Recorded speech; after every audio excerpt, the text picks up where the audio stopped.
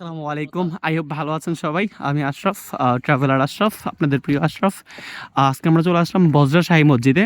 এটা হচ্ছে বেসিক্যালি মোগল আমলে স্থাপিত, জমিদার আমানুল্লাহ স্থাপিত করছে, মানে বানাইছে আর কি। তো এটা হচ্ছে 1741 সালের দিকে আর কি। এগুলো হচ্ছে কবরস্থান। ভারতবর্ষ যখন আমরা একসাথে ছিলাম, ভারতবর্ষ যখন ছিল তখনকার কবরস্থান।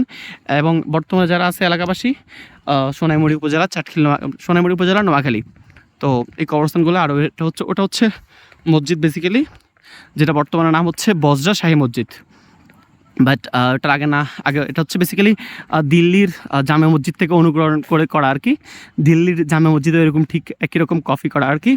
সো এটা করছে হচ্ছে মুঘল আমলের আমানুল্লাহ নামে একজন ব্যক্তি, জমিদার ছিল আর কি। উনি 1741 সালে করা হয়েছিল। মসজিদের স্থাপত্যতা দেখেন, এখানে মোট 5টা দরজা বেসিক্যালি, সব কিছু মিলিয়ে। এটা হচ্ছে ঈদগাহ, এটা হচ্ছে ঈদগাহ। আর ভিতরটা পরে দেখাচ্ছি আপনাদেরকে আমি। এখন যদি নামাজের টাইম, জোহর নামাজ চলতেছে। সো আমি একটু পরে আপনাদেরকে ঢুকে দেখাবো ভিডিওতে।